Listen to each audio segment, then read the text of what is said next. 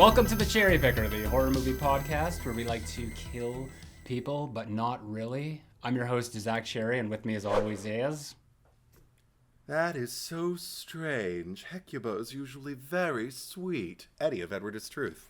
Today we're talking about Drag Me to Hell, released May 29th, 2009, so we're about 15 years out.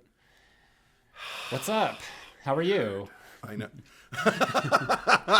Feeling old, and yet at the same time, like, the movie feels like it's been around. I don't really remember my life before this movie, but Okay. But what's that supposed to mean? No, I mean, it just kind of like feels like it's always been there. Like, it's been around long enough that it's just kind of like, oh yeah, Drag Me to Hell. But at the same time, it does feel like a recent movie, and as years progress, it's becoming less and less recent. So how about you? I suppose so. I only saw this movie once before, and Same. I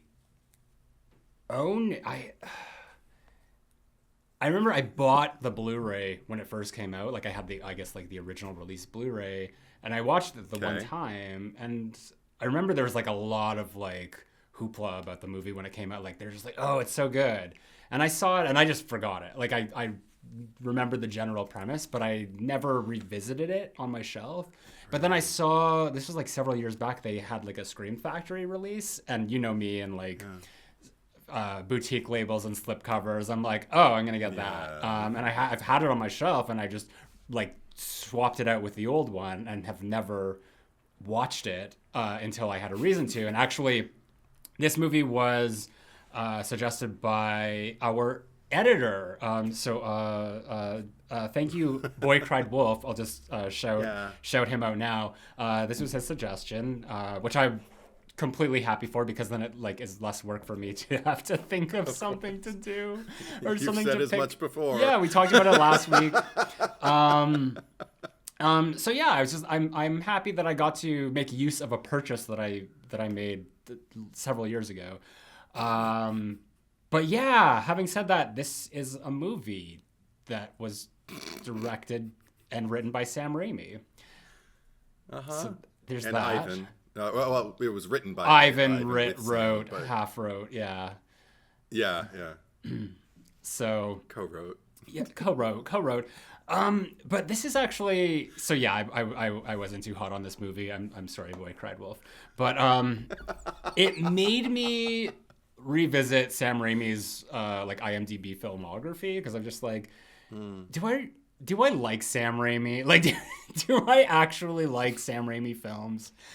Because we covered the whole, like, every Evil Dead movie. And I mean, the original Evil Dead will always have a special place for me.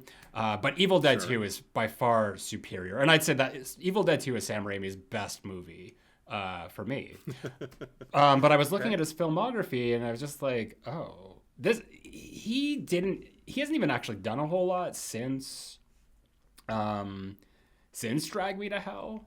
Like, he mostly produces, because that's like his production company is Ghost House. Right. Correct? Yeah. So I was just looking at the movies, and I'm like, I don't think I like. Oh my gosh, he's an October Scorpio like me. One day apart. Just a little trivia.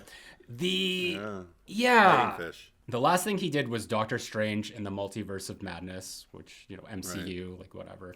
But most of his director credits are television. Like, he had Ash versus the Evil Dead, but just like in terms of like a feature length movie, studio release, Drag Me to Hell in 2009. Well, I guess The Great and Powerful Oz. I never watched that, but oh God, I did. Oh, yeah, and then before that, it was the Spider-Man trilogy. And I mean, like, I have not watched the Spider-Man movies in a long time, like the Sam Raimi ones.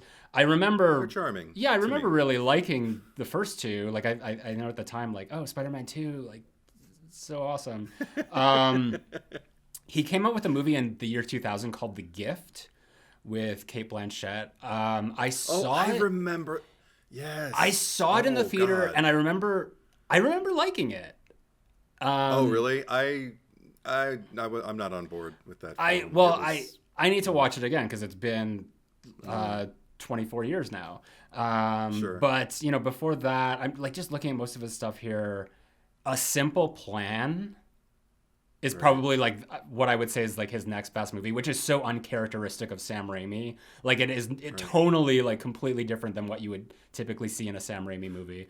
But that one has Bill Paxton, Billy Bob Thornton. They play brothers who come upon a crashed airplane that's like in the middle of like the woods in the winter, and there's all this money in it. So there's kind of like this moral dilemma of just like, what do we do with this money? And Bridget Fonda actually plays Bill Paxton's wife, and she's kind of like this Lady Macbeth character. And obviously, like Bridget Fonda, like I've spoken how much I love her and anything that she shows up in.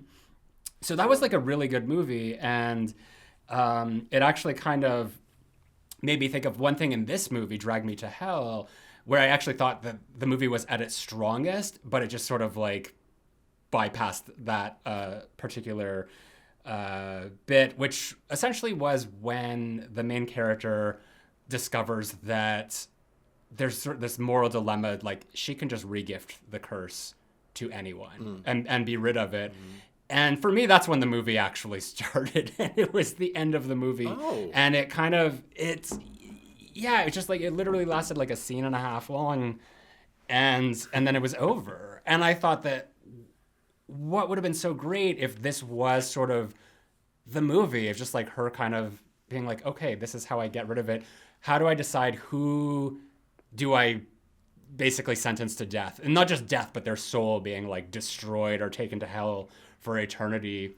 And I don't think that that's a premise. Like, I don't think that that's an idea that could really be fleshed out into a feature-length movie, which is why I think that all of this, like everything in Drag Me to Hell from start to finish, probably would have been more effective if it was maybe like an episode of television, like a Twilight Zone thing for like 43 minutes. Because as a feature length, I feel like there's so much filler and falderall throughout this whole thing. You hate the filler. You do. That I was starting to get really bored. Like, not even bored, but just really annoyed. Because there's just so many repetitive beats. And I wasn't enjoying it. I wasn't having fun. Like, I know the movie was like being like, this is fun. Look how much fun we're having. There's like bodily fluids getting in people's mouths and shit. I'm just like, this is not it for me. Well, okay, that's fair. As was the case last week, I guess I like this a little bit more than you do. But I know what you mean, because just to backtrack, in the initial release, I remember I was actually really excited going into this movie because Alison Lohman was kind of like fresh in my mind, and so was Sam Raimi. I had enjoyed the Spider-Man movies that we had released up until that point. I don't remember if all of them were out by then. Because I even liked things about 3. Like, people call it a train wreck, and it is, but it's kind of a fun, frothy, emo, colorful Peter train Parker, wreck. Yeah. I mean, but also silly. Like, Yeah. I mean, I don't know. I can embrace the silly. I'll watch Spider-Man 3 before I'll watch Batman and Robin. I'll put it that way. But I actually haven't seen Spider-Man 3 since the first time I saw it. And I did not see that movie when it first came out. It was like years late. It might have been closer to the Garfield era that I finally watched Spider-Man 3. So I've seen Batman and Robin a handful of times. I mean, Uma. I have too, but I think it's just because I own the box that has all the movies in it, and I don't like to waste. So every now and then I'm like, well, there's nothing else to do. I may as well just put this on. Yeah, fair enough. But anyway. With this movie, I remember going in, and I think I still had a crush on Justin Long. Like, it just kind of had everything going for it. And I've seen Alison Lohman in that movie White Oleander with Michelle Pfeiffer, played her mother, and Robin Wright and Renee Zellweger, and like all of these hard-hitting actresses just like turning it out. There's a lot of blonde I was like, women on the cover. For a lot of blondes in like pastel sweaters, who are terribly complicated. But I just remember watching her in the midst of all this, being kind of like this ping pong ball off of all of these environments, and thinking, what a really great young actress. Who is she? And then I saw her, I think it was before this, in Big Fish. And she played a young Jessica Lange in that. Perfect. and was just, again, like kind of like just note perfect for everything I needed for her to be in that movie. Yeah, she was so good. I remember thinking, why didn't they just hire her instead of like spending millions of dollars on all the de-aging of Jessica Lange the first season of American Horror Story? But because she could do it. But so I was really excited to get in, and then I sat there and I started watching it. I remember thinking like, okay, this is atmospheric and whatever. But I only saw it the once because I think I left kind of disappointed. And the only things that I remembered going into it with this second screening for this pod were I remembered the yellow dress and the dinner party with the parents, and I remembered feeling like that the movie turned somewhere around that point. Like it had been one movie up until that point, and then it shifted gears, and it didn't shift quite as hard this time. But and I remembered a goat going full Deadite, which it does at the end of this movie, and I remembered the ending, basically like the ending moment.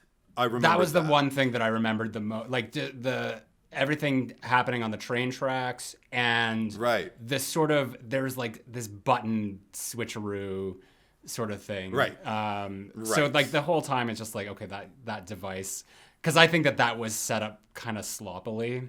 Almost a little too like ham-fisted, but well, yeah, I got something to say about that. Yeah, no, and I can't wait to hear. What was your other thing that I remembered was the old woman, Mrs. Ganush. Yeah. I remembered a lot of action with her mouth on Alison Lohman's face to the point where I remembered I went with my sister to this movie, and I remember we both walked out going, kind of felt like overkill after a certain point, didn't it? And it's like, yeah, this time, because I was expecting it, I realized, oh, it really only happens twice. But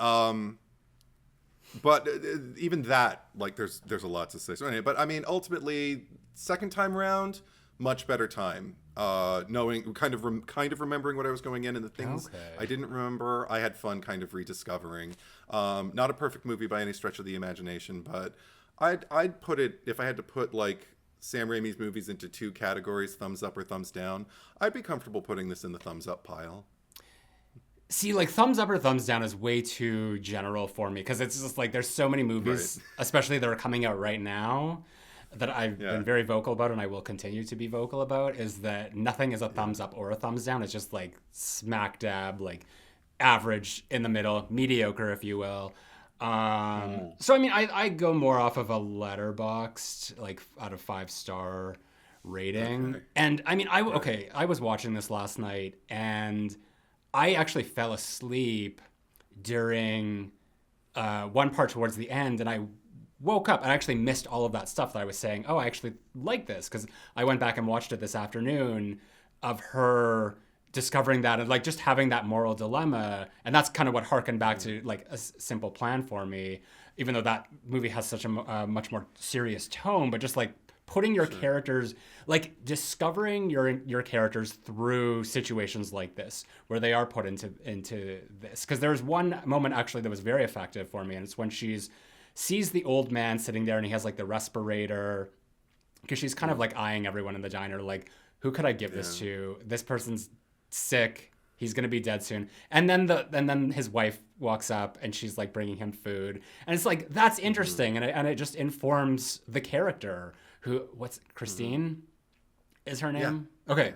And I'm like, things like that, like stuff like that, rather than just spending the whole movie just kind of like going through these hijinks constantly, because it felt like it was just sort of like, well, this is how I'm going to expel the curse or whatever. And then thinking, okay, I'm good now, even though we know like we're 40 minutes in, like, you know, this isn't fooling anyone, sort of. It might be fooling her, but that doesn't make it interesting for the audience necessarily. And it was just like kind of that rinse and repeat so many times. So that part of the movie, I was watching that this afternoon.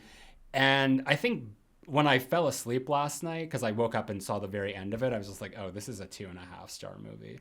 And I was watching this section today. No. I was watching like the parts that I fell asleep at. I'm like, well, this is 3 stars. So I have no fucking idea. I mean, it's somewhere in that, and it's a very middling movie altogether for me. I think that if they had focused more on kind of the aspects of it that did make it so much more interesting, like her having that moral dilemma, if that had been more of the movie, or if this had been a short film or an episode of TV. Like, that would have been a really good episode of a television, because I think the whole concept in and of itself is really brilliant. They actually wrote this script back in the early 90s, I think, like closer to the time that Army of Darkness had come out, and they just sort of sat on it for years, and then eventually released it in 2000, or made it in the late 2000s. So that makes sense to me. Yeah, that was another thing that resonated at the time. I remember thinking it was kind of to this movie's putting it in the plus column for this movie. It was unlike anything else that was being released at the time, and I think that's what I was excited about, because, like, you know, we often mention and everybody talks about now, that era was still of the reboot and of the, you know, the gritty remake, you know, whatever. That style was still very, very much in effect, and to see a director that is as much above the title, you know, name as Sam Raimi, to tell a story that on the face of it seemed to be as original, you know, as it was. Like, it didn't seem to be based on anything, although I feel like it is. But I don't know, the prospect of it was really, really attractive. It kind of made me think, like, oh, is this going to be like the next thing? And no, it wasn't. Yeah. Well, even the opening, because they kind of used the classic Universal opening, and even like the Ghost House Pictures logo blended in with that. It made it feel like it was an event almost, like it was kind of like a very classical story of something, just to bring it forward. And then the movie started, and it I get what you're saying, that like this is probably why it was very popular at the time, because it does kind of have those more old school sensibilities about it. But the movie, it's like it still kind of looked like a movie that came out in the late 2000s. Like there's nothing that really kind of stood out from it. So like if you were to go back and watch this movie now, especially, you just be like, okay, yeah, it's pretty typical of what we were getting in the late 2000s, just stylistically. There's some atrocious CGI in the movie that was very distracting for me. That's true. Yes. Right. Before we get more into that and a premise, can I just do the typical cherry picker housekeeping? Go for it. Awesome. So I do want to just point out that if you are new to the Cherry Picker, you can get early access to our episodes by supporting on my Patreon, so Zack Cherry. You can also get access to the Cherry Picker After Dark, which is a bonus episode that we do once a month. This month is going to be... Eddie, what is it? Final Girls... original OG versus remake kind of thing. yeah, like just like a. I didn't have it fresh in my mind, so I'm just gonna that's what it is, right? Yeah, but we don't have an official title for it, but just like kind of like a comprehensive look at just like what are the differences between the original Final Girls and the remake Final Girls. Right.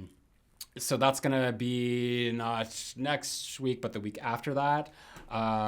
So I actually do want to welcome some new Patreon supporters. So say hello to Angelica Noel, Vanessa Katarina, Chris Campbell Scott, and Drew. So thank you very much. Welcome aboard to all of yous. Again, you can also support the Cherry Picker or my main channel, and you can get access to all this wonderful content that we have talked about. But having said that, Edward, what's this movie about? You know, if we haven't specified it enough at this point. Right. Yeah. It's happening later and later. Yeah. Here we go.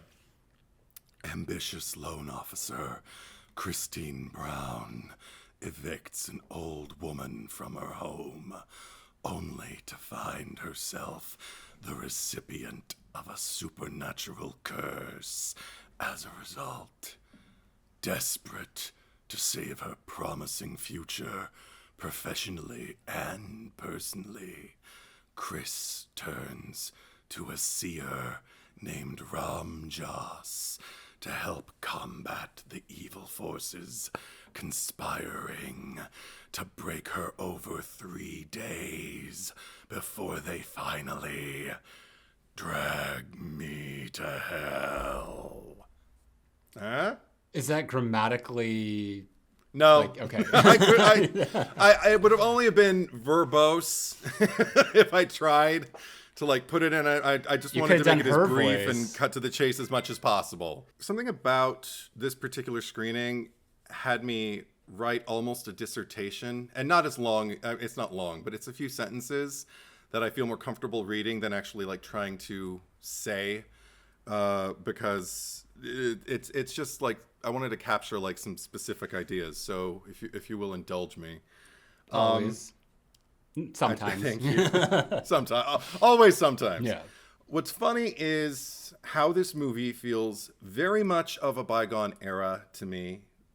Now, where its main protagonists are heterosexual white folks who seem to stand against a background of supporting characters who can be othered because of racial or cultural elements that were not typically considered traditionally American. Yet, because it's continuing this legacy that was often present in classic horror films of the early to mid 20th century, it's also tapped into this sense that the minorities or the perceived outsiders in this community of the movie are the ones who can see the truth, who are acquainted with dark forces, and therefore are either comfortable living among them, like Mrs. Ganush, or know how to fight them, like Ramjas, or what was the name of the woman? Sean Sandina, or Dana, from the prologue and then from the finale. Yeah. This aspect is part of what I think I related to as a gay Chicano kid when I first encountered situations like the villagers warning Renfield about Count Dracula, or Frankenstein's monster gradually learning about the way people see him in the Frankenstein movies. And Chris, in Drag Me to Hell, is probably most on par with Larry Talbot from The Wolfman. At least that's the sense I was getting while I was watching the movie. Since she's cursed by something ancient outside the mundane contemporary world she occupies. But what I really like is how determined she is to shed the self of her humble beginnings in the attempt to reach some American ideal of getting the big leadership position at work, or feeling good enough for her boyfriend's parents' approval. And she's convinced herself that to do all that, she must become something else. And that, I think, is what curses her. I don't feel like, I mean, there is certainly a color. Now that was my dissertation. There is a color on this movie that I think people could read into it, where the old quote unquote gypsy woman is being othered and being really grotesquely caricatured, with down to the fact that like she's very comfortable pulling her teeth out in public while she steals candy from Alison Lohman's desk, from Chris's desk, and also grovels, but then berates the person she's groveling to for making her grovel. And it can all feel very one note, and anybody who feels like offended by that, I wouldn't say you're wrong. But what I like is the fact that I don't feel like that. I feel like the script was mindfully put together enough that Chris's problem doesn't start there. It wasn't like she had it all and then this woman got in the way. I love the fact that the crux of the problem is she's convinced herself that she needs to be something more than she is in order to succeed and have the life that she wants to. So when she rejects the old gypsy woman, Mrs. Ganush, the reason she does it is because she's trying to be more than what she is. She's trying to qualify. She's trying to impress her boss. She's trying to be the person she wants to be rather than the person she is. So in a way, this movie is kind of like a warning, like a kind of like an old Grimm fairy tale, but like set contemporarily, and based on a young adult. A cautionary tale to kind of like tell you all you need is you, stop trying to be more than what you are. Yeah, that's fair. I think that, I think that they probably like bypass any sort of like problematic things because every character in this movie is an asshole. Every single one of them. Like, I could not find one redeeming person at the end of the day that I'm just I was rooting for. Now, that doesn't necessarily, we've talked about that. That doesn't necessarily mean that makes bad characters. Because you can still have a character who is a despicable person, like Patrick Bateman in American Psycho, for instance, and just find that they're them to be very interesting. And I think that there was parts of her arc, Christine, where I'm just like, okay, it was interesting. Namely, what I was speaking to earlier, just sort of like this moral dilemma. So that's fine. And I think that does make this like, the things more like that and just like representation of how certain cultures are depicted here is not necessarily bad, because I agree with everything that you're saying. I didn't even think about it in those terms. So you've, as usual, looked at things very deeply in terms of like a more of a like thematic essence to the story. But I have no but at the moment. That's just that was sort of that was period. Well, okay then. Let me ask you, because Yes. you say like basically everyone's an asshole. They are even awful. Clay, Justin Long's character. He was really grating on me in the scene earlier on when she first went to the psychic. Because he was just that voice, like just the contrarian who's just like, this is stupid and blah, blah. And like, shut the fuck up. Like, why are you here? Wait in the car. Like, he was annoying to me. Because he was sort of like, he had the parents who were just like, we heard them on the phone, on the speakerphone. And they're like, oh, well, I know this girl. Like, have a fucking backbone. Stand up to them. Like, you're dating this girl. Just tell your parents to fuck off, Well, okay. I mean, I don't think it gotten to that point yet. I understand what you're saying, but at the same time, like, I like the fact that he was kind of like entertaining the notion that maybe they could all get along, because he wasn't the one sending her. That's another thing I liked about him. I like that he wasn't the one sending her signals that she needed to be something different or better. Yeah. It was her overhearing what his mother was saying. That made me really dislike his mother a lot. And actually, I forgot that we met her a little bit later, even though I remember the dinner party. I didn't remember who was at it, I guess. And so I forgot that we meet the mother. I will say so I even that wrote down a note. Yeah, go ahead. No, you wrote down the note. I wrote down a note that, like, I wish she were on screen so I could put her in the cherry picker. And then I saw her on screen. I'm like, shit, I can put her in the cherry picker. Now I'm just going to pay attention. Yeah. And the fact that she kind of turned around made me think, I don't know if I want to put her in the cherry picker. Like, the fact that she gave her the benefit of the doubt once they were seated at the table and she found out that Chris's mother was a drunk, or alcoholic, the way her word, and commended her for being brave enough to admit that, publicly. Yeah. I was kind of like, well, okay, you're not all bad. I still don't like you. There's a lot of things I don't like about you socially, but no, absolutely. Anyway, I will agree that like Justin Long's character was probably like the most morally pure, we'll say, of everyone in the movie. Actually, no. Actually, maybe not. I was going to say the psychic, but he did something that really pissed me off too. What did he do? He is the reason why this movie sucks for me for most of it, because when we go to that mansion where what's her face, the woman from the prologue. By the way, that whole like her at the end of the prologue being like, "We will meet again someday." Like, how anticlimactic for that character to just show up like that. That whole scene, and I had to go back and clock it, because I was just like, we are spending way too much time with this seance or whatever the fuck it's called.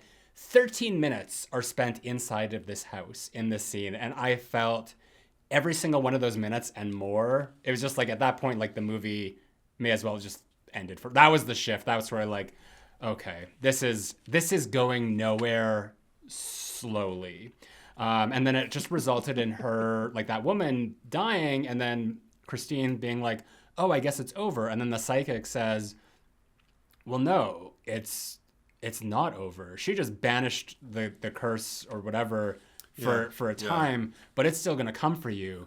The only way that you can do this is to regift the button to someone else. And she says, like, why are you telling me this now? Like, when did you find this out? And he's like, well, I've always known. I didn't know how I could grapple with telling you that because of what would happen. I'm like, okay, sure. Fuck you. Because, I mean, you're the reason that this movie has been in this stalemate for the last hour, because you could have divulged this information and things could have been a lot more interesting for a while. So instead, he's making her go on this whole fucking chase to nowhere, making her like, you need to raise $10,000 so we can afford this, yada, yada, yada, just for it to not work, just to hear that at the end. So he pissed me off for that.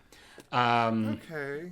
But that in his defense, he has a defense. He has a good defense, but narratively, that doesn't, like, he's a morally, like, in terms of like who he is, like, sure, I get why he did. He was thinking of more so, how do I prevent her from doing this, or et cetera and so forth. He did cause her to murder the cat, but from a story standpoint, he was just getting in the way, and that's what pissed me off about him. Well, I mean, he seems to be exercising his agency much earlier in his time on screen than Chris did. But because I think from his vantage point, he thought, if she can come up with the 10,000 and I can get her to Sean Sandana, that's the name of the woman from the prologue. If he can get her to her, then they can put the spirit, the demon or whatever, into the goat, and then they kill the goat, and then, they're out of the woods. But because that's not what ended up happening, and they just sent it away, okay, we've got this, like, in case of emergency, break glass plan C, basically, of, just because she'd already sacrificed the cat, and now we've, lost Shansandana, so now it's just kind of like, okay, just maybe gift it to somebody else. But I kind of appreciate that moral side of it, because from his standpoint, like, that is basically damning another soul that had nothing to do with any of this. So I can respect that side the same way I can respect. Yeah. I'm going to push back against that, though, because great, you can respect a character, but he's not the character we're following. This is not his story. We're not seeing that moral dilemma with him. This is just stuff that's happening off screen for, like, plot contrivance purposes and all that, for some interesting thing to come in, like the Hail Mary at the end. So I mean, like, if you're talking about like a character's like moral compass, sure, great guy, love him, what a nice chap. But in terms of just like how this is written, it grates on me. When he said that, I'm just like, fuck off, fuck you. Okay. What was his name? His name was Ram Dass. I liked the actor. But, he was like a fun character despite that. But I just, I was more interested when he was on the screen, because it's just like, oh, at least, like, we're getting a lot of jargon and like exposition. But I felt that it was at least he was leading the plot somewhere. But had I known that he was misleading it, that's a completely other story. Okay, but I mean, again, the morality of then it kind of it started to be transferred back to Chris when all of a sudden she's given the power of the decision, and she has this envelope, and all I could think this, because I had forgotten about this particular aspect of the story, when she starts going down like the checklist in her head of like people around her who she can give it to, and basically reasoning cinematically, completely silently, why she can't give it to person A, person B, person C. And then finally Stu occurred to me immediately, because I hate that fucker. And I don't think anyone watching this movie would have been angry at her for damning him, because he basically damned her. So eye for an eye bullshit, whatever, why not? You know how Old Testament I get about all this shit. So, but then when he got all weepy in their exchange, and she was like, oh, dear God, fine, just leave. Yeah. I was like, oh, you're a better person than I am. And I always find that interesting. But in terms of, there was something, because I think my biggest problem, like overall with the film, is probably how long it takes us to get to the point, because I think I have a different point of entry for you for when things kind of like perk up. I think for me it still is kind of like when once she kills her kitten and dons the yellow dress, and the contrast of, you know, like her feeling finally kind of self-possessed, and there's something to be cheerful about when she has just destroyed this innocent part of herself, you know, that I feel is indicative of like the softest parts of her, the parts I want to keep intact. The movie up until that point, that's at about the 50-minute point, and the movie up until that point has largely been her kind of like being put upon by Mrs. Ganoush's, you know, curse, and her reeling from it. Mm-hmm. Like it moves from like set piece to set piece to sequence to, you know, to set piece. Yeah, and it's usually just like either like these really hauntings. Raucous violence, or there's just like the handkerchief, or there's like the goat hooves under the. There's just like there's always something coming for her that's like is she imagining or not, and we go through that so many times throughout the movie, especially earlier on. And that's why I'm saying, if this was like an episode of television, you could have easily, you know, started the movie off, she gets cursed right from the get-go, then kind of has that like sort of the moment of like denial, like, am I cursed? No, that's not real, until she finally says like, no, I'm really cursed. Then we could have been like, well, the only way you can get rid of the curse is to gift it to someone else, and then that could have been like the second half of the episode, just like having this moral dilemma. And I think that would have been perfect. That would have been like a perfect streamlined version of the story. But just because we do go through all that, and it just felt like there's so many sight gags, like they're really trying to do like the Evil Dead 2 thing here. And it's just, and again, because like it's mostly CGI, it's not working, and I just don't think that what's her name, the actress, Alison Lohman, I don't think that she's bad or anything, but I don't think that the character, the way that she's like kind of presented in this story, like it's not entertaining in the way that it is for like Bruce Campbell as Ash, where that is just like full on like slapstick comedy. Like I'm getting a kick out of it. Like Bruce Campbell knows how to play that. And with her, it just felt like, oh, like this is just, I'm not enjoying seeing her go through this. And she doesn't seem like she's enjoying going through it. Not to say that she didn't. I don't know what her experience was making this movie. I know that she did most of her stunts according to IMDb, but it just did not feel like I just didn't have the same energy that I would from seeing Ash go through a similar thing, if you know what I mean. Yeah, I do know exactly what you mean, because it stood out. Like those moments, the one that stood out probably the most prominently to me as like almost like an Army of Darkness bit. Mm-hmm. Because also it just seemed, by that point it seemed kind of random. It was pretty late in the film when she was in, I can't remember if it was her shed or her attic, but she was up there and she was looking for like all of her stuff that she was going to pawn. Mm-hmm. All of a sudden she hears something, and here comes Mrs. Ganoush, the spirit of Mrs. Ganoush, with her and everything, very Deadite, very chaos, you know. Mm-hmm. And there was even like a cackle at some point when they were doing the climax and everything. And I was like, again, with the Deadite stuff, like this is really. I wonder if Sam Raimi knows what he's doing. You said a similar thing. His subconscious. These are the things. These are the things. Because that was something else I wanted to speak to. But anyway, right now, the bit where the arm of Mrs. Ganoush goes down the throat in a cartoonish way of Chris, and Chris found I think it was her ice skate. And she looks above her. She's got, while she's, you know, not gagging on this arm, her eyes look up, and she notices, of all things, an anvil hanging from a rope. And very she cuts the rope.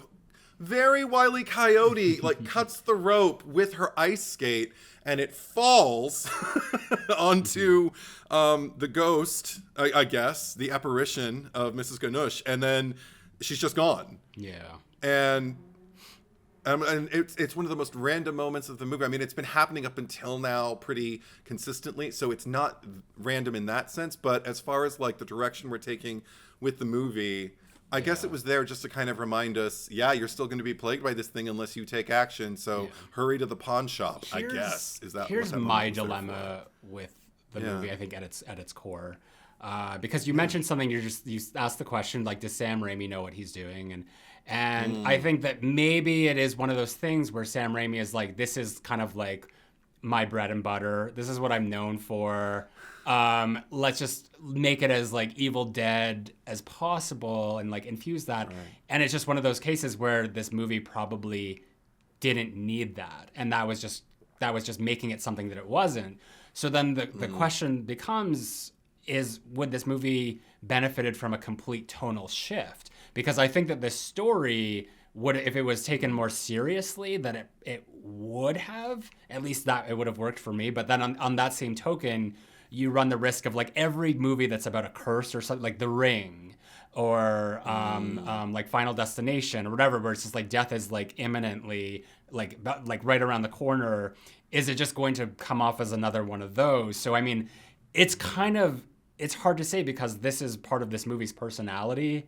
I don't like this movie's personality, but that's what it is. It's just it is this like kind of like cheesy, almost like camp fest. Like, because I don't consider this camp. I can see how, like, we've talked about camp many times, but it seems forced camp. Like we're trying to get that, and I don't know if it had taken itself seriously, because you take a step back and think about the concept, because there's so many ghost stories you could hear about like a person who suddenly just dropped dead or they disappeared or whatever, and like look at their life. They had such like a promising future. They were just bright and, you know, had a lot of friends and they were completely normal, and then one day they just started acting weird, and like a week later they were dead. And every time I hear about a story like that in real life, like my mind goes to that, and I was like, oh, they were going through one of these situations or something like that. And that, like, I think about that, and like the way that I view that is like very dark, very spooky, and that's such a funny word, spooky. And like here, it's so comedic and just like gags and shit that I don't know. I just don't think that it was like kind of presented with the gravitas that, you know, would have told the story in the best possible way that it could have been told, especially when you get to the later on parts where she is kind of faced with that moral question. Yeah. It's funny because to hear you say that is actually kind of like making me think for the first time. Tonally, I think the movie, I'd probably, if I had to compare it to someone who hadn't seen it before, not exactly. I feel like it attempts, and I feel like the example I'm going to give is a little bit more successful in this vein in terms of like the tone that you're talking about, the tone that the movie is attempting to take as far as the humor and everything like that. It's giving me kind of a newfound appreciation for Happy Death Day, because another crux of that movie is watching Tree do kind of everything I feel like we would want to see Chris do in this movie, which is to kind of establish the character. And then certainly we need kind of like the entrance of the conflict and for her to kind of be reeling from it and not quite get it. But then we need her to be proactive, and we need her to start attacking it from every angle, because that's what makes it interesting. That's what makes her a character we can identify with, as opposed to having poor Alison Lohman have to play yet another scene where she's alone in her house the night of, and the house is attacking her and she can't see anything, and then Justin Long comes in to talk to her and be like, well, we've got to get this guy. She's like, it wasn't a guy. I don't know what it was, you know, and there's no progress. Now, I can forgive that because it does feel evocative again to me of like universal classic horror movies. Like I think of Larry Talbot turning into the Wolfman. He's in denial for a good long time and suffers for a great long while in his screen time. So it reminds me of that. And I'm like, okay, I see what you're doing, movie. But then it makes me forgive it, but it also doesn't make me, it's not my favorite, you know, it doesn't make me embrace it and go, oh, I love this about this movie. It just makes me, oh, I see what you're doing. Whereas with Happy Death Day, my favorite thing about that movie is Tree and the way she handles her predicament. Every step of the way, I am with that character. And the fact that she's even so diametrically opposed, like here, when Chris is introduced, she is a pretty sympathetic character. Tree, not so much. And the more we learn about her, the more we come to feel sympathy for her. Whereas I feel like we kind of walk the line. It's a little more of a zigzag experience with like Christine performing these heinous acts, or thinking about performing these heinous acts, and us kind of like walking the line with her and going, "Oh, don't do that," and then she doesn't, or she does, and we're still with her. Yeah. So yeah, I think like it's. I don't know, I've talked about this before, but I think like the thing that I've kind of discovered about my own kind of tastes in movies ever since I started, YouTube and podcasting and all that, and just like looking at movies in a way like this, is that stories that are character driven are always going to be so much more interesting. They're going to be better than movies that are, plot driven, or, there are some exceptions to, stuff like things like, for example, like Halloween, The Curse of Michael Myers, which is just so fucking stupid. There's something I love about that movie. It's terrible. It's a terrible story. The characters are not anything in that, but there's something about it that just sort of like this journey of that, like, okay, that was fun. But that's an exception to, like another movie in that, like Halloween Kills, for example, or 2018, I don't know, where, you have Laurie there, and she's, she has this whatever, like we did that podcast back then, where there's like a purpose to her, but we're not really exploring it in a way that's making sense, where we're kind of discovering the character more and more as we go through it. It just seems like Jamie Lee Curtis in that movie is just the same character in every scene. We're not getting anywhere from start to finish. And you bring up a really good point about Christine in this movie, because it's just like every scene is just the same thing. It's a movie about a character, and it should be character driven, but it's leaning more into the plot of it all, and allowing the plot to kind of take control. And that's where your movies start to get boring, in my opinion. That's where you start to lose interest, because a good movie should have like every scene the character should be getting closer to or further away from where they need to be going. Like there has to be a change constantly in the story. And when you have a character like Christine and they're going through this movie and it's just you're hitting the same beat over and over, that to me is not good movie. It's just that's where it becomes boring to me. Right. That said, I do have to admit, I watched this last night, and I woke up this morning thinking about the movie, specifically the imagery with poor Chris's mouth. I just kept thinking, damn, she had a fly come out of there. She had an arm go in there. She had a fly go in there when she was asleep, and then she had an old lady gum her in her car, and then she had a corpse vomiting some kind of viscous. I couldn't tell if it was supposed to be formaldehyde or what, but something all over her at the wake. And I just couldn't shake that imagery. Again, like I had to wonder, like, does Sam Raimi know what he's doing? Are these just things that like he has nightmares about? Like, does he have nightmares about swallowing things? That made me curious. And if you'll indulge me again, I looked up on thedreammeaning.com just like what it means to swallow foreign objects, shall we say. Okay. And what I came up with, it's not that long. It's just a few lines. But here, swallowing objects in dreams, because also this is largely a nightmare scenario. So, and it feels so surreal. So I'm like, feels like a dream. Why not? Can represent a feeling of being overwhelmed or out of control. More specifically, an inability to process usually unpleasant thoughts, feelings, and emotions from your waking life, which can lead to confusion, which all seem to apply to Chris. Consuming unpleasant things might indicate feelings of disgust with oneself, which is definitely true of her, or current circumstances, so you have to hide something from others in order to protect yourself from harm or judgment. So I guess as though you're swallowing the truth in an attempt to hide it. And the last thing, it can also represent a desire to take in new knowledge, this is more positive, and ideas, signifying a willingness to accept change with openness and curiosity, suggesting the need for self-reflection or spiritual growth as your unconscious works through a situation you already know about on some level. And I was like, well, she's definitely open to that. Like, I mean, if we're going to look at the positives about a character like Chris, she's upwardly mobile. Like, she definitely just wants to, fight for her station in life. Should she have to, like, sacrifice her personality for that? I don't think so. But she did kind of like grip my heart a bit when she was driving in her car trying to lose what I assume was her, I don't know if it was her drawl or her twang or like whatever Southern accent or dialect that she was masking, trying to talk, you know, in your most basic kind of American dialect. I don't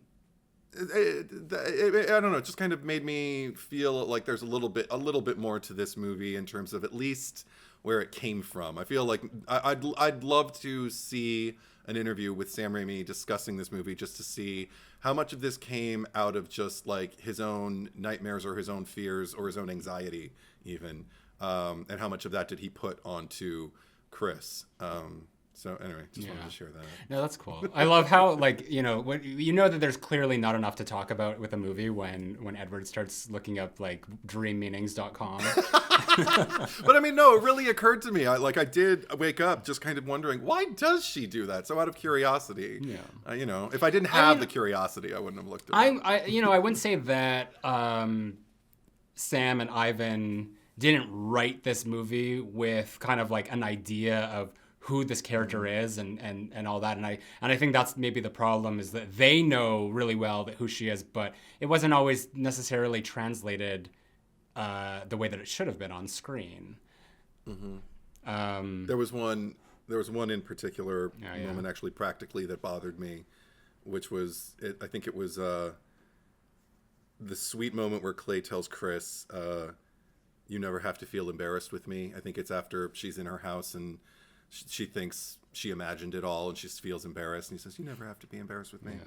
Yeah. He kisses her. All I could think was, did she wash her face since she got gummed by Mrs. Ganache? Because she was still alive. So she quite literally had whatever that biley spittle was all over her chin. And all I could think was, Justin Long has given her an open mouth kiss. Ew. I have a question for you. So this comes directly after she finds out that she can regift the curse, and there's this shot of they're in the car, her and Justin Long, and they're sitting there in silence. Did you think for like maybe a second like she was considering giving it to him? No. Did you? Well, the way that it was set up, it made it seem like she was just like contemplating it, or just like, oh, here's an easy way out sort of thing. It clearly that wasn't what it was, but it just like for a second there it seemed, and it might have been a fun thing to play with, kind of like, maybe, oh, here's, you know, just give it to him, you know, maybe if she had some uncertainty, if she was like insecure, maybe she thought, oh, he's not into this relationship as much as I thought he was, or as much as I am. Like that would have been an interesting thing to play with, to just like have her consider that for a second and just like and question his loyalty and like, oh, here's someone I can pass it off to. Create a little bit more ambiguity with the character, because I mean, there is ambiguity for me at the very end, the moment that we mentioned, that final moment, which actually I have a note for. I'm not entirely happy with the fact that like when he pulls out the envelope when they're at the station and shows her the button. If she had such a kind of like moral, surprise or awakening when she didn't gift it to Stu. It just kind of made me think, like, if she's truly like a kind of like moral person who we're supposed to truly have an affinity for, one thing that would have really worked for me is, again, giving her more agency. If when he pulled the button out, if her seeing him hold that button would have meant she, maybe in the demon's eyes, in her mind, that she gifted it to him, the only way she can save him is if she takes it back. And she sacrificed herself because no one can suffer. I thought it was kind of like a cop-out, that even though he was holding and had in his possession the button for overnight or however long it took, and that she was still the one who got swallowed up, I was like, oh, that never occurred to me before. Either swallow him up while he's holding the button and she just kind of lets it go, or have her grab the button from him and fall into the jaws of death. Because something about watching her scream, "Help me, help me, help me," after she had this moral awakening, kind of, I don't know. I was like, you should sacrifice yourself. That was a more interesting story to me. I mean, that would actually have been fun if he was the one that got sucked into hell, sort of thing. Like that would have been interesting. Yeah. Too. Yeah. And then just leave with her and just and been like, okay, I guess we're done here. Well, because like she's gonna live a life now, but what kind of life? Like now she knows he suffered because of her, and it's like, I mean, that would have been great. Earlier on in the episode, we did say, or at least I said that the most memorable part of the movie for me was the ending. Like I remember that. So I don't think that like the ending, like what happened, like the way that it happened, was done incorrectly. I think that whatever they did was the right thing. Although I think that whole fucking the scene and everything leading up to it was just awful. Like they could have done a much better job of that. For starters, it really did. This piss you off? So she's walking through the station. I guess there's like sort of like a mall. Union Station. Yeah, sort of like a mall there. There were actual shops. That's actually Union Station in downtown LA. Yeah, she's in the real. So she's walking through this thing. She sees a shop window, and there's a code in there that catches her eye, and she goes and she looks at it, and then you would think like that's where we cut, and then when we see her, she's wearing the jacket because it makes sense. And she's like, I'm on like first day of the rest of my life. Like, I'm going to get a new jacket. I've got this promotion, like, yada, yada, yada. And no, we linger on there. And then some, like, shop girl comes in the window. And I got so confused because this is another woman who's blonde. She looks very similar to Alison Lohman. I'm just like, is that her twin? Is that her doppelganger? I was so confused. But she's just like, hi. And they're like, we're not open yet. She's not even saying we're not open yet. She's just, like, mouthing, we're not open. And there's this whole exchange between them. And she's like, no, I really have to have this jacket, like, please. And then it cuts to the scene and we see her with it. And I'm like, why is that in there? Like, that's like an extra actor that you had to hire and pay to film this scene that just was maybe not, she's a friend of Sam Raimi's. Who knows? It was not needed, but it was distracting because then it's just like, what's the significance of this jacket? Like, we find out like later on of just like how it leads up to the button, but it just felt like it was so clumsy in the way it was handled. Like if we had seen her at the beginning of the movie, like walk by and at that window and just see that jacket and look at it longingly and being like, oh, that was part of her thing, like looking at the office and seeing the desk and all that and just like, I'm going to have that office. I'm going to have that jacket. It would make sense. But here it's just like this random thing that shows up at the last minute. Right. And then for that to just lead into a thing like, why did you get rid of that jacket? I thought you wanted to keep it because here's this button that I have. And that's the only, like, there were so many ways that he simply could have just been like, oh, you left this in my car. I think that you took my coin by accident. Yeah. It didn't have the same effect on me. I don't know. It just kind of felt like one more detail. Like I was too busy just wondering, oh, is Union Station still like that now? Because I haven't been there in a few years. Oh, so you're saying that your mind going outside of the movie and thinking about things that are not in the movie like makes it better? I did that quite a few times, I have to admit. But there were a few things that did like feel a little bit more immersive. Like I'm a big fan of the cinematography, I think, with this movie. There was one particular moment when the fly is like, fucking around on her face and it goes up her nostril and out another one and then into her mouth. But everything about what preceded that moment, kind of like the fly's POV, or even just like, just the way it was captured, like just kind of like put me into that experience and immediately had me brushing my face, just going, like, I mean, I call that effective filmmaking. So you had a visceral response to to that. I mean, that's the thing. It's like I did to a lot of these isolated set pieces that, the aforementioned set pieces. It's just about kind of like the way they were strung together and how they related tonally to like everything that had preceded and the, the plight of the character overall. But I mean, like I had forgotten they all feel like bits is the thing. Like Sam Raimi, like we mentioned in our Evil Dead pod, how much, I mean, you already touched on it with Bruce Campbell and the slapstick quality, the nature of like, the self-attack and the watching the performance of he has to be this separate entity in his hand and also on his face be a completely, different person from the hand. Like they're two at war with each other and he succeeds like nobody's business. The bits weren't quite that for this movie, but like the nosebleed in the bank when she's standing there and all of a sudden it just starts splurting all over her boss. It was extreme. It was outrageous. I didn't remember it from the first screening, so it was kind of like a nice surprise. And but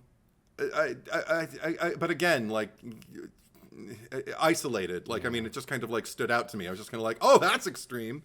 And didn't quite bury me in the movie. I think it works for Ash and Bruce Campbell because, like, it's a character that we know. Like, and just in terms of like the way that the Evil Dead movies are written, those first three movies, like we care about him, and I don't necessarily care about Christine. I don't think that, like, just doing these things where just like, okay, she sees The Office, we know that she wants something, but it's just like, it's not enough. I didn't have a firm enough grasp on her character until way later on in the movie with that shit to really, like, with Ash, when that stuff is happening to him, it's funny, and I know that he's going to triumph against it, and I know that Christina's going to triumph against all these things, like attacking her and going into her mouth. Sure. But I'm not seeing the fun of it because I'm just seeing a woman suffer, and I'm not getting anything good out of it. Like, it's just like, again, she's not having a good time. I'm not having a good time watching it. And then maybe if I had understood the character a little bit better, or if they had made her more accessible to an audience other than like, these are what she's aspiring to be in life, then maybe those scenes would have worked on a different level. Maybe. I mean, because even the wake, that was one thing that I wondered, like, let me ask you this question. Because I couldn't believe she did this. When she went over to the house, when Christine went to the house of the daughter, and I'm a like, friend of knocked on the Mrs. door Ganoush. Yeah, and asked to speak with her and everything like that. And then had whatever exchange she had with that daughter, because I don't know what their story was either. But then she went in. Would you have gone into that house? Well, I never would have. First of all, there's like this wake going on where they're like, and it's not a wake, they're like partying. They was like making all this noise, which was not audible at all until she like went around this corner, and that frustrated me as well. That whole scene, I don't know, Edward. I'm at a loss with a lot of it. I mean, because also, I mean, we talk about mind wandering when the body, you know, it emits this, you know, other liquid like onto her. I that took me out of the moment. Actually, it was so outrageous. It was crazy, but it also took me out wondering, well, what is it? Like, did she drink a bunch of Gatorade right before she died? So just like thinking like, yeah, I'll get that fucker. I'll down all this Gatorade and I'll just vomit it on her because that's the way curses work. I didn't understand what was going on, and oh, one thing that I did see, because I did pick up my phone around this time in the movie, just because I was curious. They kept calling the demon that was after her the Lamia, and I wanted to know, like, is this based on anything like real? And as is usually the case in movies like this, it is, and yet they didn't get it right. Like, it's based on an actual Greek mythological boogie woman who devours children, like at night by Riverside or whatever. And it's her whole reason for being invented is so stories can be told to children to get them to go to bed on time, you know? Yeah. And I thought, well, I want to see that movie. Show me a movie about a woman who devours children. The opening scene, it was like the child was cursed. So maybe there's a thing where Mrs. Ganoush like looked at Christine as like, oh, you're just a child. You know, because like she was like, because every time, here's me just like reaching to give this movie more credit than I think it deserves. Because the exchange between her niece or whoever that was at the house, where she said just like, you used to be a fat girl, didn't you? And we saw the picture that she crumpled up earlier. So just like maybe that's the way that this family and Mrs. Ganoush looked at her. They just saw Christine as being the fat girl and not like who she is presently or who she's trying to be or striving for. But that's I'm reaching. I'm reaching. Yeah, but I like it. It makes it interesting. Yeah, to give it some meaning. I was more so thinking, I mean, like, how many other like gypsy curse movies are there? We actually talked about another one in a previous episode, which was Thinner. And we had a lot of shit to say about that movie, but I think at the end of the day, I enjoy that movie so much more than this. Like that movie is not good, but I can watch it. You know, it's just like it begs you to watch it. You just like, what's gonna happen next? And there are like moral dilemmas that come up everywhere in that movie, and I love it for that. And so I think watching this actually gave me a newfound appreciation for Thinner. And it's interesting that like we're looking at movies like about gypsy curses, because this was written around like maybe a few years earlier, before Thinner came out. So when you think of like Stephen King writing Thinner, and Sam and Ivan Raimi writing Drag Me to Hell at the same time, I guess like gypsy curse stuff was really prevalent in like at least like the early to mid 90s. We also have Buffy the Vampire Slayer and, you know, Angels, Gypsy Curse, like very on in that series. So right. Yeah, I mean, there's a lot of like, what other gypsy curse horror movies are there? Like, if you're listening or watching, let us know. Yeah, by all means, in the DMs. But I did get a good chuckle when Lamia was pursuing her in her house, like when we saw the silhouette going up the steps and everything, and she shut the door and you heard the banging on it or whatever, and as you pull back, as she's, you know, stepping away from the door, you get her POV and you see to the left of the screen, I think, a baby hang on kitten poster. Oh, I saw that, right. Well, it just made me think of the cat. That gave me a good chuckle. Because I don't think the cat was murdered yet. It was definitely I forgot about the cat, to be honest. Like when she showed up, like the cat was there, and I'm like, oh yeah, there's a cat in this. But I'm like, they're not gonna. I know that there was going to be like a threat of the cat being murdered or sacrificed, but I just like, oh, it's just gonna be there as a tease. And then when it happened, I'm like, oh, I guess it went there. But the way that it happened was just so, again, like it was just it was so done, like so perfunctorily, if that's a word. They're just like, okay, and now she stabbed the cat, and it's like, okay, moving on. That there was so much to mine from this character that was just like they didn't even bother, or they didn't do a proper attempt to. You actually just made me think of another example of like, I have an example here for me of a more effective use of this, I guess, device or whatever. But I guess the device of a character who has done something that they want to keep under wraps, and they lie about it, but they're a bad liar. And because she's a terrible liar when her, you know, Clay, after she's burying the cat and everything like that, and he comes into the backyard just to check on her and make sure she's doing okay. And he asks her, whoa, what's the blood? And she's like, oh, nothing, whatever. And he's just kind of like, no, right here on your clothes, quite visibly blood. And she lies and says she was slicing tomatoes. It's tomato juice. And it looks absolutely nothing like tomato juice. And I was just kind of like, oh my God, girl, come on, get on it. And it didn't pull me into the movie. And all I can think is like, you know, the prime example that I watched for years that I just thought like was like a flaw of the movie. I think of Marion Crane in Psycho lying to the cop and, you know, standing there just like with eyes bugging out. Just, no, no, I didn't mean to. No, why? You know, and it's like, oh my God, woman, play it cool. But that immersed me. That made me think like, if I were doing this crime, I would do it so much better. Yeah. And whereas with this one, it's just frustrating because it is more contemporary. Yeah. But it's also because she puts less effort in. She's not scared or anything. She's just kind of like, oh, I don't know, whatever. It's tomato juice. Yeah. Fuck well, you. And the same thing happens at the house, like the parents' house, because they have a cat, and the cat's like hissing at her, and she's just like, no, and she uses the past tense, like, I had a cat, and he's just like, what do you mean? You have a cat? And she's like, no, I don't. Or like, I don't even remember what she says, but it's almost like she was confused herself about it, like rather than like feeling like guilty, like, no, shut up, like move on. But then he was weird because he sort of was just like, well, something's up with her, but you know, that's my girlfriend and I love her. I just got to make excuses for it. Like if he had like maybe pushed or just like what's like investigated more, like there was a lot of avenues that this movie could have taken that would have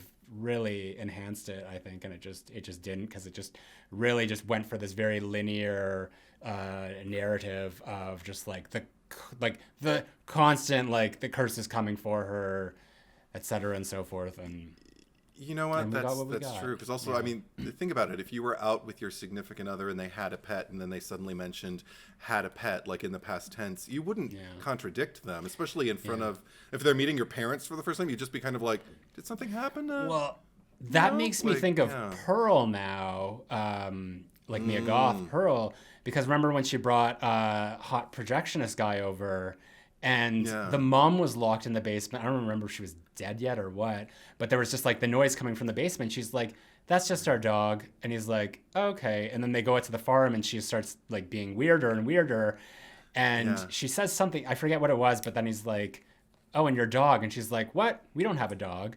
Because she just forgot about her lies. And that's the point where he's just like, okay, I think I'm going to go.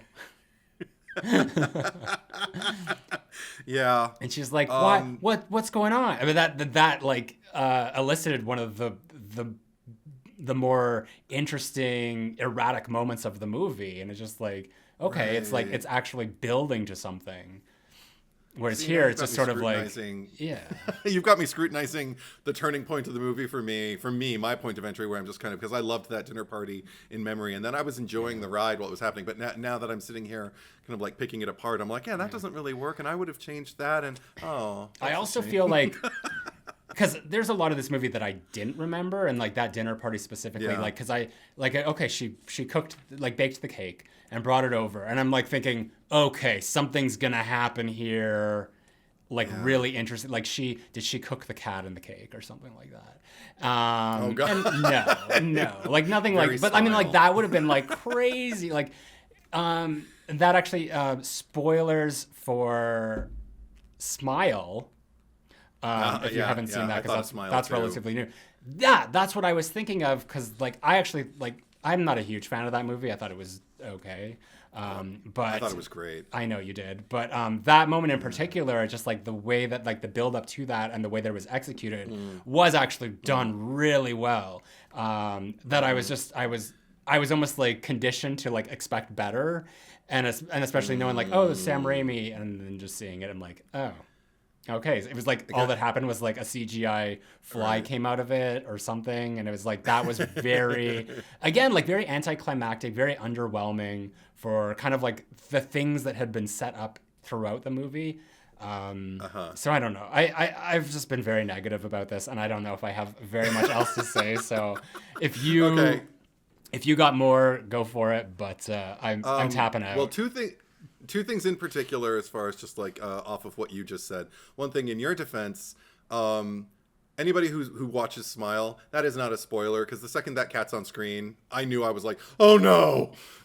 So I mean, pets in horror movies typically, you know that things are not good for them. Typically, you're kind of like, oh no, and please just don't let anything happen to the kitty. Especially when they've disappeared for a long time. Yeah. So there's that.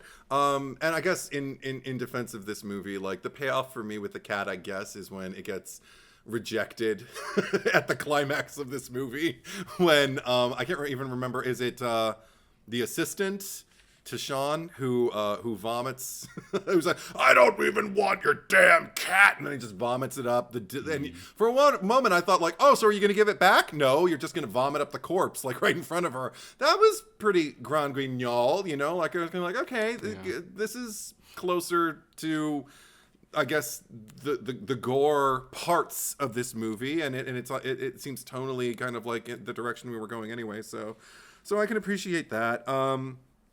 It was funny though, because in terms of just like the what kickstarts the action of the movie, like I'd argue that like Christine is both the protagonist and the antagonist herself in the movie, but Mrs. Ganush, in terms of making me think about other things. I don't know if this was necessarily done better in this movie though, but when she's sitting there talking about evicting her from her apartment and everything and not extending, you know, her loan or whatever, the deadline, I think it was the deadline that needed to be extended. It all kind of brought me back to the Texas Chainsaw sequel, the one that just came out. What was it, 2022? On Netflix, where the woman was living with Leatherface in the house, and these young What were they, hipsters, I have millennials? I don't know no what the fuck fucking. they were. They were doing some like startup thing. That was our 5th episode. We covered that movie. Yeah, they were because they were. It was they were auctioning off the town because they owned it, but they did not own. There was like a mix up at the bank, and they did not have like the right to her property. But they were just sort of like, you have to get out of here. Like this is our town now.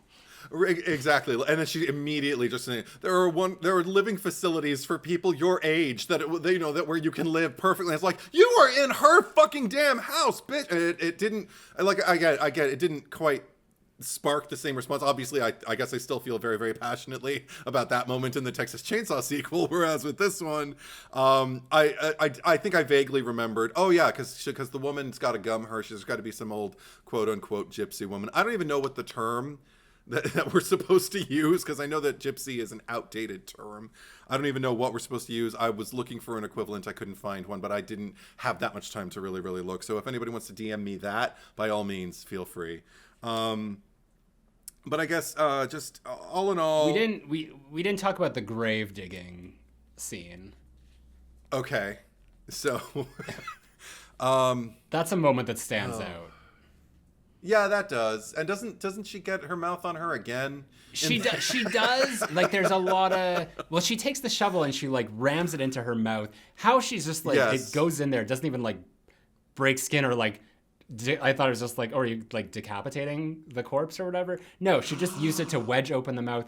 But then I guess the rigor mortis, which is not how that works, like, grabbed her hair and pulled it out. And... At that point, this is like the 3rd time she's had her hair pulled out. But then she has that line where it's just like, that's the last time you're going to pull out any of my hair. And I'm like, oh, yeah, God. Whatever that is. Yeah. God. Yeah. Well, you just made me think if they could have like gone full gore, even more so. Because by this point, we're kind of used to the outlandishness or the quote, the alleged outlandishness that Sam Raimi is employing.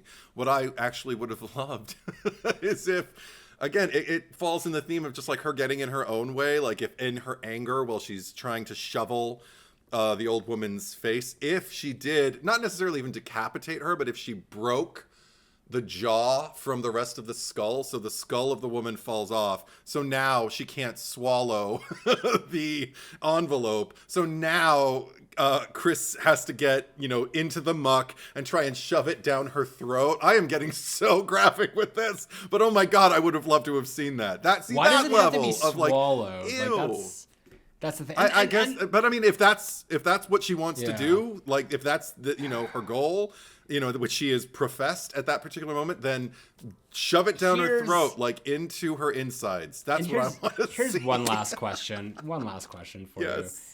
If you're in Christine's predicament, you're in that grave, are you not going to open the envelope and take the button out to put it in there? Or are you just going to leave the envelope? Because I feel like that...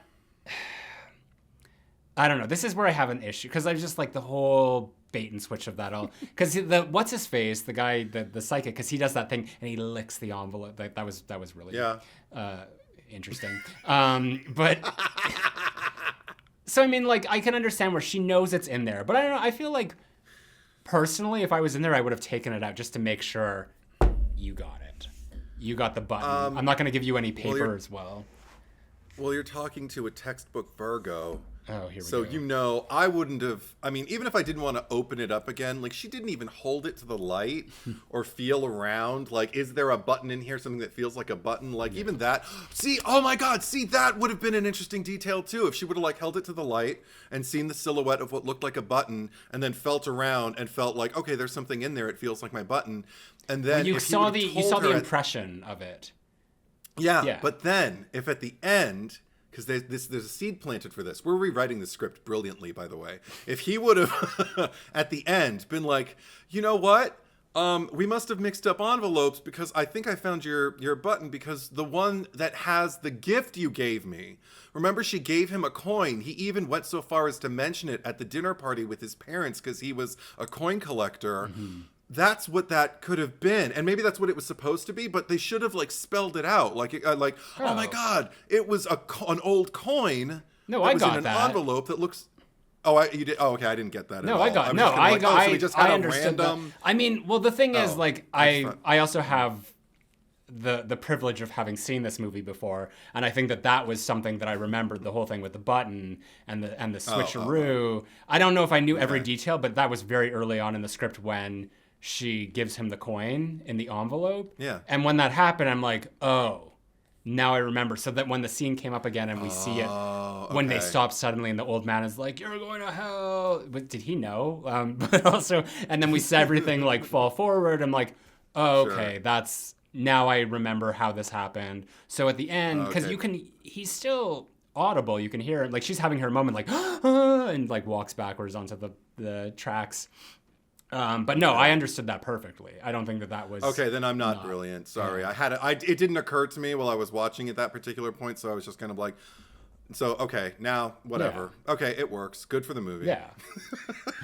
All That's right. on me. That's on me. Okay, cool. Well, I think that we've exhausted our Drag Me to Hell talk for now, so let's mosey on over to the cherry picker. It's not like we killed people. On purpose. All right, cherry on top for Drag Me to Hell. I've got jumping out to you. I've got nothing. Nobody. Okay, then you know what I want to say? Because I didn't find Clay annoying at all. Actually, when he put down $10,000, to try and help his girlfriend, and when he said, like, you don't ever have to be embarrassed around me, and the fact that none of the negative reinforcement was coming from him for her, and then when he pulled out the little ring box, I did go, aww. And also, just on top of it, I realized watching this movie, Justin Long is kind of an unsung horror king. Like, he's in a lot of horror movies, like a lot. King? And yeah. Okay. I mean, I think we'll look back and see. I mean, because this is the thing, his presence in all of them, he's always turning in a great performance, as far as I'm concerned. So I'm comfortable giving Clay cherry on top, unless there's somebody else. I'm not sure. Okay. I'll go for that. No, I was just thrown off because it's just like, I'm just trying to think of the Justin Long movies, and I mean, like, we've talked about. We got Jeepers Creepers. We got Tusk. So we've got, I've never seen Tusk. Barbarian. I've heard mixed to negative things about that. I was not a big fan of Barbarian. I loved it, like, before Justin Long came in. I feel like once Justin Long came into the movie, and this is not to his detriment, but the story went south for me. Jeepers Creepers, I actually think the first act of Jeepers Creepers is really good, and then another movie that just goes downhill again. So I was gonna say he's the king of horror movies that start off really good and don't, and then he's never ever part of the worst things of the movies that he's in. Yeah, I'm fine. If you want to go for that, I am totally okay, because I cannot think of a single other person that that I want to give. I mean, the cat, maybe. I don't know. We gave it to the dog in Single White Female. Yeah. Why did we give it to the dog in Single White? Because every person in that movie it was the only redeemable character, right? Yeah. Everyone was just like did something that was irritating in that movie. I don't think the cat's the only redeemable character in this. Okay, I'm fine with Justin. Clay. Yeah. Okay. Yeah. Cool. Clay. Sorry. Okay. All right. So last week on the Cherry Picker, we asked you who deserves to die the most in 30 Days of Night. I nominated The Stranger. You nominated a character named Wilson Bolsoen, I want to say is how it's pronounced. Sure. I put this poll out like literally the day before yesterday. So not a lot of votes, but across Patreon, Instagram, and YouTube, the total was 364 for The Stranger versus 108 for Wilson. Thanks, Bulsoen. Bulsoen. Bulsoen. Bulsoen? Whatever his name is, that guy. The guy who, had to go after his father. We'll say that. So, Phil W. This is one of my favorite comfort horror movies. Sorry you both didn't have the same experience, but that's what makes horror movies so fun to debate. Yeah. Agreed. Yes. I voted The Stranger since he was the catalyst for putting the main characters in the situation they were in. Wilson was panicking because he couldn't find his father with dementia, plus his shouting saved Eben, or is it Eben? I can't remember. Eben and Stella from the vampire who was about to find them in the bathroom. My vote would have definitely been for Doug Hertz, the guy who wanted to use the group as bait so he could make a run for it and almost causes the fight in the attic. Even if they had agreed, where was he going to go and how did he think he was going to get there? P.S. To answer your question about where some of the characters that pop up during the movie come from, they were all briefly introduced in the beginning of the movie when everyone is saying goodbye before leaving town. Also, Stella saved Barrow for last because she was going through a divorce with Eben because he didn't want kids. It suddenly dawned on me. It was Eben because I thought his name was Evan with a V. Oh, right, Evan. The whole movie, and I said that it was short for Ebenezer. Right. But no. But Phil said that that's the reason they were divorced because he didn't want kids. I don't know if that was in the movie. Maybe that's I think that's just a graphic novel thing. I do not remember them ever making any mention of that in the movie, and I watched pretty closely. And you would know because you're a Virgo. You pick up on all the little. Well, I didn't pick up on the button and the coin in this one, so I can make mistakes, but it's true. I don't think it was in the movie. Let's put it that way. I don't think it was in the movie. Jazzy Boy or Jazzy Boo. Pardon me. I know I watched this movie in theaters, but I don't remember anything about this movie. But I voted for The Stranger because he looks like the guy that would get you killed in horror movies. Mrs. Goble to you. Love this movie.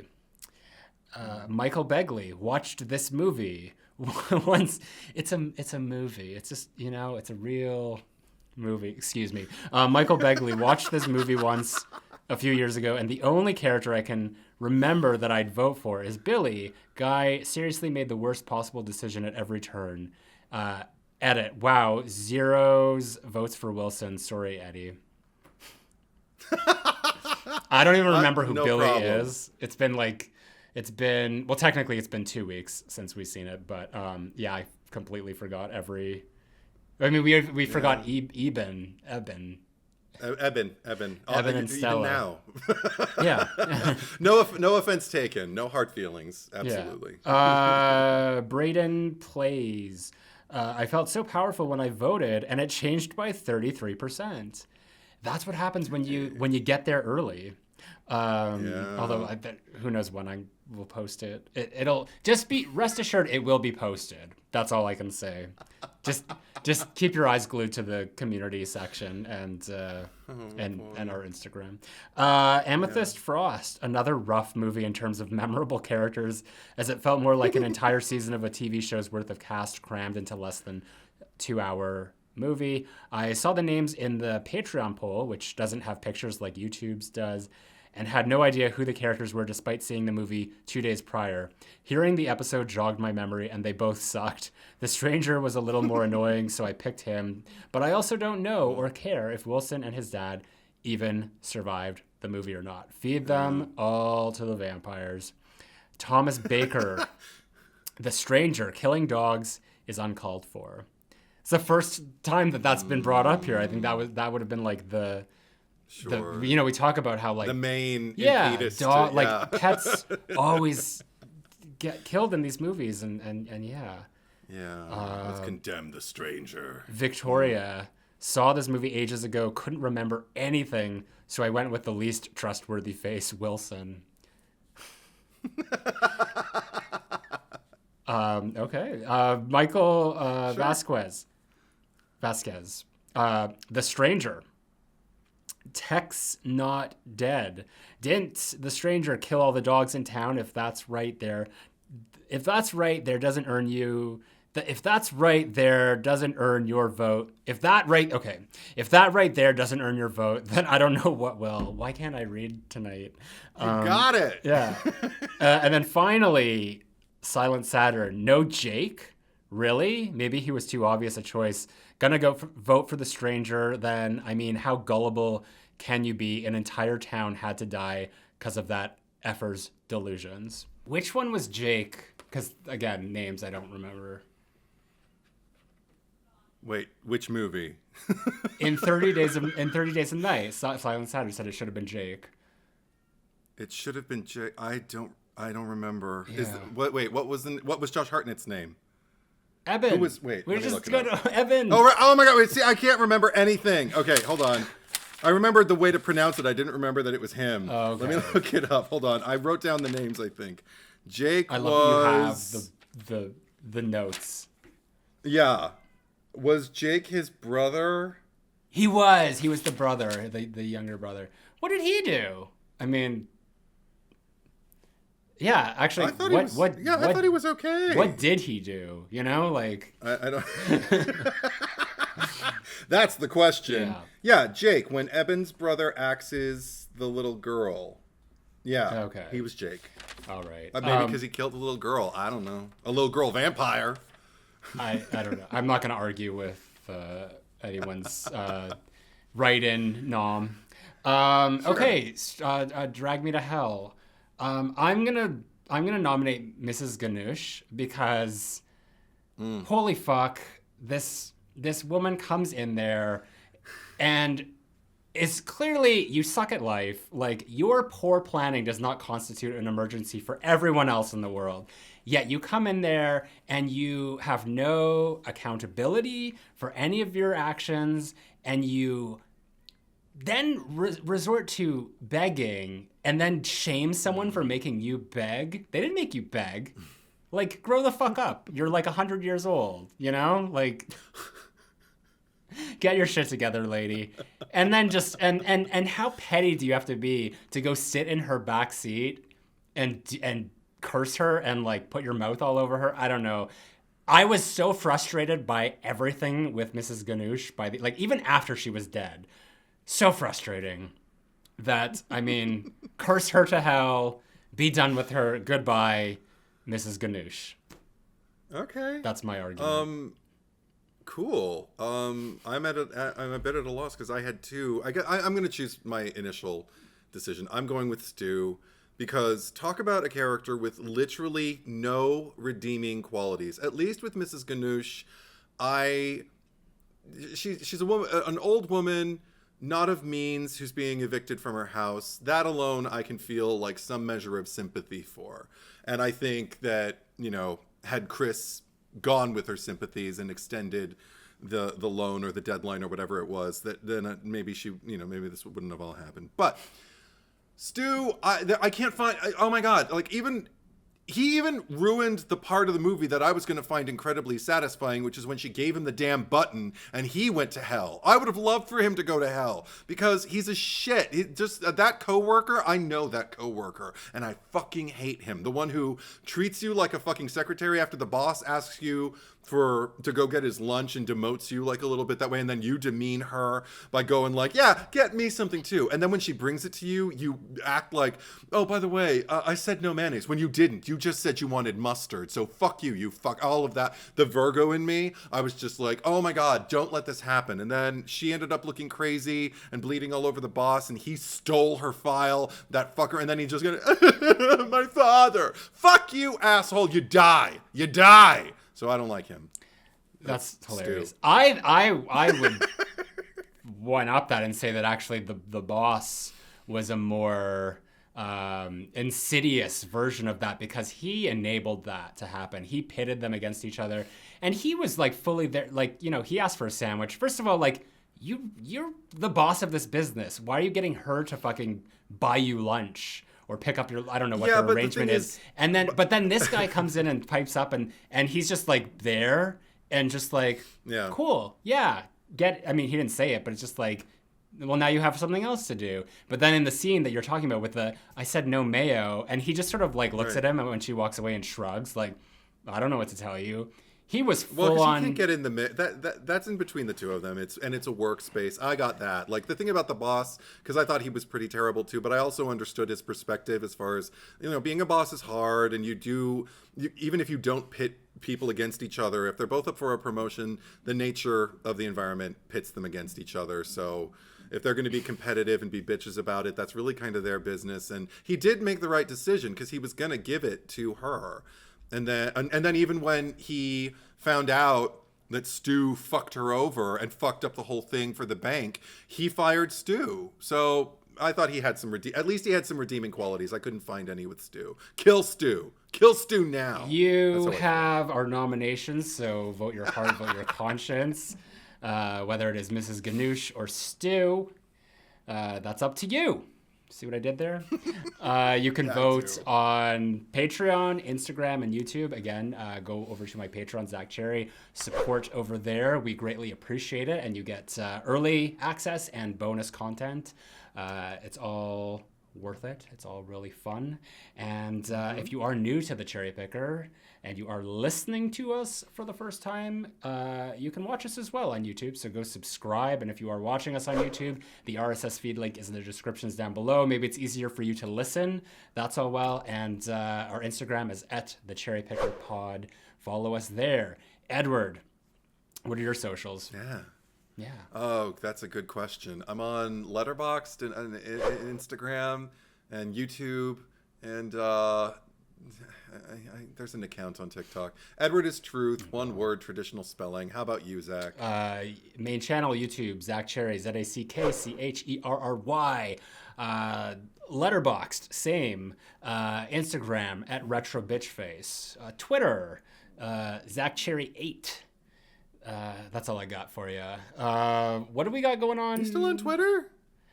I got rid of it for a hot minute because it's just so annoying. But I went back. Yeah. And I mean, okay. I could toss it again, but all right. here and there. You just cool. mute the fucking people who are annoying. Mute or block. But it's a shit show. It's just a free for all there. Yeah, I can't do it. It's the Wild West. It's a lot. I mean, but hey, I remember when I was like 18, like I was a shit online too. So I get it. I don't condone it, but I get it. What's going on next week? We're doing that one with the nobody knows. That nobody knows. No, some people know about this actually. I've seen some people like chat it up and go like, "Have you seen this?" And I'm like, "No." So I haven't seen it in its entirety, but it's the one with the session that's between 8 and 10. Yeah. Yeah. Session 9. We're doing session 9 tomorrow, which is a great indie horror flick. I don't know how you describe it, indie, I guess, from 2001. So We're doing it tomorrow? You said tomorrow. Did you say tomorrow? Is it tomorrow? I don't know. You'll have to play it back. Like tomorrow. You have to play it back. Okay, we'll be back tomorrow, folks. We'll be back. If you were watching this before it's released, then absolutely we will be back tomorrow. But until then, thank you for watching. Thank you for listening. And we will be right back tomorrow.